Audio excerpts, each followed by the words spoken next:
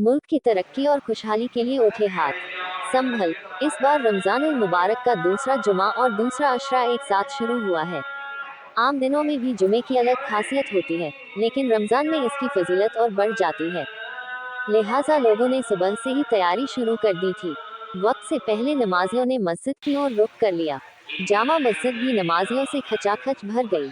अंदर जगह नहीं रही तो बाहर सफ़बंदी की गई। उपनगरी सराय तरीन जामा मस्जिद में नमाज अदा कराने के बाद मुफ्ती मोहम्मद रियाज उल हक कासमी ने ज़कात और दूसरे अशरे की अहमियत व फजीलत पर बयान करते हुए कहा कि कुरान में नमाज के बाद ज़कात को अदा करने का बार बार हुक्म दिया गया है। ज़कात हर उस बालिग मुस्लिम साहिबे निसाब पर फ़र्ज है जिसके पास 52.5 तोला चांदी या 7.5 तोला सोना या चांदी की कीमत का सामान या रुपया नकद मौजूद हो। ये पूरा माल साल भर बना रहता हो तो माल में से 40वां हिस्सा यानी 2.5% निकाला जाता है। गरीबों, मिस्कीनों, ज़रूरतमंदों व मोहताजों को दिया जाता है। ज़कात अदा करने से माल पाक हो जाता है, गुनाहों से भी पाकी होती है, गरीबों से हमदर्दी होती है, आखिरत में दर्जे बुलंद होते हैं, खुदा से ताल्लुक मजबूत होता है, कुदरत की तरफ से इंसान का इम्तिहान हो जाता है। जब मोहताजों को हर साल ज़कात से मदद होगी तो वो गलत तरीके, चोरी, लूटमार नहीं अपनाएंगे।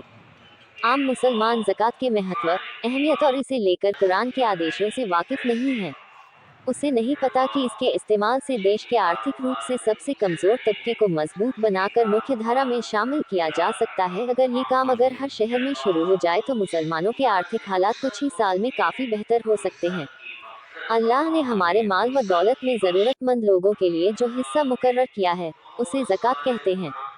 ये पूरे साल की आमदनी में से बचत का 2.5% हिस्सा होता है। दरअसल हमारे माल व दौलत पर सिर्फ हमारा ही हक नहीं है, बल्कि इसमें उन सबका हक है जिन्हें इसकी ज़रूरत है।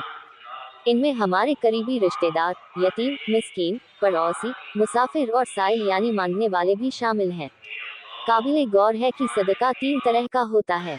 ज़कात इस्लाम का तीसरा रुकन है। ये पूरे साल की कमाई की रकम का एक हिस्सा होता है जो रमज़ान के महीने में ज़रूरतमंदों को दिया जाता है। अल्लाह ताला ने इंसानों को जो कुछ दिया है वो सिर्फ उसका फजल व करम और एहसान है। जो कुछ भी मिला है वो खुदा की हिकमत व मर्जी से मिला है।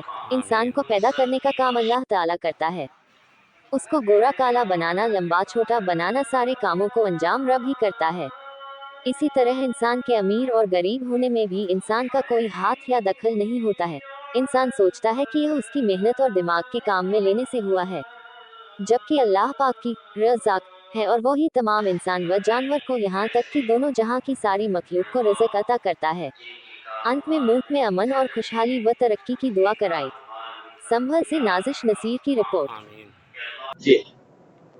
बिस्मिल्लाहिर्रहमानिर्रहीम। जैसा कि आप हजरात को बखूबी मालूम है कि रमज़ानुल मुबारक का बहुत तेज़ी के साथ हमसे रुखसत होता जा रहा है और पहला अशराए रहमत गुज़र भी चुका है। अगर ये अशरा हमसे गफलत के अंदर गुज़र गया है तो हमारी ज़िम्मेदारी है कि हम अल्लाह तबारक व ताला के सामने शर्मिंदा हों, नदामत करें कि अल्लाह ये अशरा तो गुज़र गया, लेकिन जो आने वाले 2 अशरे बाकी रह गए हैं हम उनको अल्लाह की मर्ज़ी के मुताबिक गुजार सकें। इसलिए मेरे अजीज़ों, बस दरख्वास्त यही है कि रमज़ान का जितना वक्त बाकी रह गया है हम उसको अल्लाह की मर्ज़ी के मुताबिक ख़र्च करें। तरावीह मुकम्मल पाबंदी के साथ पढ़ें, कुरान करीम की तिलावत करें, तहज्जुद का एहतमाम करें। इसी तरह हमारे जो मुसलमान भाई हैं वो ज़्यादातर ज़कात रमज़ान के महीने में अदा करते हैं, तो यकीनन ज़रूर अदा करें।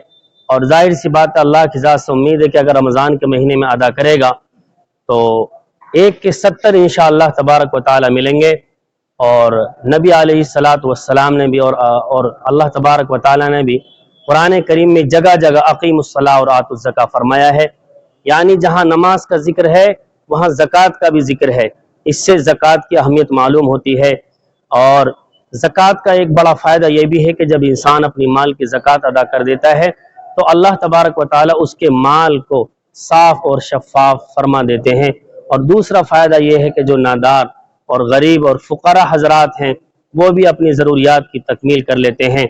और अल्लाह तबारक व तआला ने कुरान करीम में इरशाद फरमाया کہ جو لوگ سونا اور چاندی کو اکٹھا کر کے رکھتے ہیں اور اس کی زکوٰۃ ادا نہیں کرتے، اللہ کے راستے میں خرچ نہیں کرتے، تو ان کو دردناک عذاب کی خوشخبری سنا دیجیے کہ جس دن ان کے پہلوؤں کو، ان کی پیٹھوں کو اور ان کی پیشانیوں کو داغ دیا جائے گا اور ان سے کہا جائے گا یہ ہے تمہارا خزانہ، لو تم اس کا مزہ چکھو، ھذا ما کنزتم لانفسکم فذوقوا ما کنتم تکنزون۔ تو قبل اس سے کہ ہماری موت کا وقت آ جائے اور ہم اللہ تبارک و تعالیٰ کے سامنے حاضر ہوں اور اس وقت ہم سے ہمارے مال کے بارے میں، زکوٰۃ کے بارے میں باز پرس ہو، اگر ہم یہ چاہتے ہیں کہ ہم اس دن اللہ کے سامنے کھڑے ہونے سے اور اللہ کے عذاب سے بچ جائیں، تو ہماری ذمہ داری ہے کہ ہم مکمل حساب لگا کر کے زکوٰۃ ادا کریں۔ اللہ تبارک و تعالیٰ عمل کی توفیق عطا فرمائے۔